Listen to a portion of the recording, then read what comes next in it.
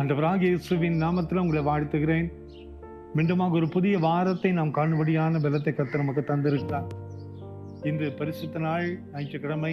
ஆலயத்திலே ஆண்டவரை தேடி சென்று ஆராதிக்கக்கூடிய ஒரு கிருபையை கர்த்தர் நமக்கு தந்திருக்கிறார். சபை கூடுதலை விட்டுவிடாதிருங்கள் என்று வாசிக்கிறோம். ஏனென்றால் அந்த ஒரு ஐக்கியம்தான் நம்மை ஆவிக்குரிய வாழ்க்கையில பலப்படுத்தக்கூடிய ஒரு இடம். அது மாத்திரமல்ல, நமது பாடுகளையும் நமது தேவைகளையும் நமது குறைகளையும் சொல்ல வேண்டிய ஒரு இடம் ஆண்டவருடைய சமூகம்தான். எனவேதான் இந்த பரிசுத்த நாளிலே ஆண்டவரை ஆராதிக்க நாம் அழைக்கப்படுகிறோம். அன்பான குடும்பத்தின் மக்களே, சங்கீதக்காரர் 136:1 கர்த்தரை துதியுங்கள் என்று வாசிக்கிறோம். O give thanks to the Lord. எதற்கென்று ஆண்டவரை துதிக்க வேண்டும்?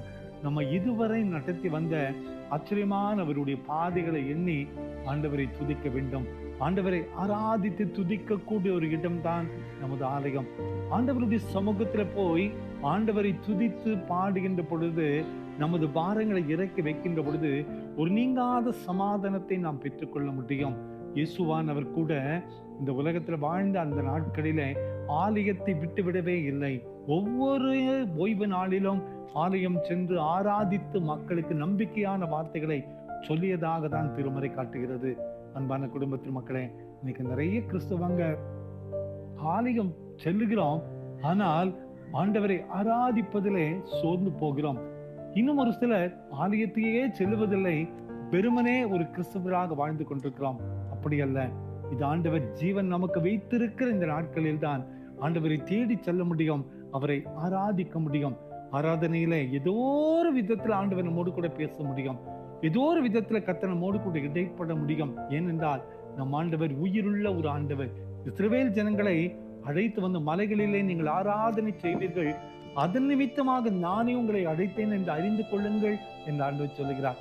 இது ஆராதனை என்பது ஆண்டவருடைய பார்வையில விலையேற பெற்றது. அது விரும்புகிற ஒரு ஆண்டவர். இந்த காலை நேரத்துல ஆண்டவரை துதிப்போம், அவருடைய சமூகத்தை தேடி செல்லுவோம், அவருக்கென்று நம்மை ஒப்பு கொடுப்போம். ஆலயத்தில் தேடி சென்று ஆராதிக்கின்ற இந்த நேரத்துல கர்த்தர் நமது வாழ்க்கையினுடைய எல்லா போராட்டங்களுக்கும் நிச்சயமாக விடுதலை தருவார். ஏனென்றால் நம் ஆண்டவர் அனைத்தையும் அறிந்திருக்கிற ஆண்டவர். நம்ம கோயிலுக்கு போறதுக்கு முன்னாலேயே ஆண்டவர் நமக்காக காத்திருப்பார். ஆண்டவரை தேடுவோம், ஆண்டவர் மீது நம்பிக்கை கொள்வோம், அவரை தரிசிப்போம், அவர் தருகிற சமாதானத்தை நாம் பெற்றுக்கொள்வோம். கவலைப்படாதிருங்கள், நாம் ஆராதிக்கக்கூடிய ஒரு இடம் உண்டு, அது ஆண்டவருடைய சமூகம். ஜெபிப்போமா? அன்பின் ஆண்டவரே, இந்த பரிசுத்த நாளை நீர் எங்களுக்கு தந்த கிருபைக்காக உம்மை துதிக்கிற ஆண்டவரே, உம்மை ஆராதிக்கக்கூடிய இந்த நாளிலே உம்முடைய சமூகத்துல காத்திருக்க பலன் தரும். என்ன பாடுகளானாலும் என்ன துன்பங்களானாலும் இறக்கி வைக்கக்கூடிய ஒரு இடம் உண்டப்பா. உம்மை துதித்து பாடும்போது, உம்மை ஆராதிக்கும் போது எங்களுடைய கட்டுகள் உடையும், வேதனைகள் மாறும், கவலை நீங்கும், விடுதலை கிடைக்கும் என்று நம்புகிறோமே. இந்த காலை நேரத்துல உம்மை ஆராதிக்க ஆயத்தப்பட்டு கொண்டிருக்கிற ஒவ்வொரு ஜனங்களை கண்ணோக்கி பாரும்.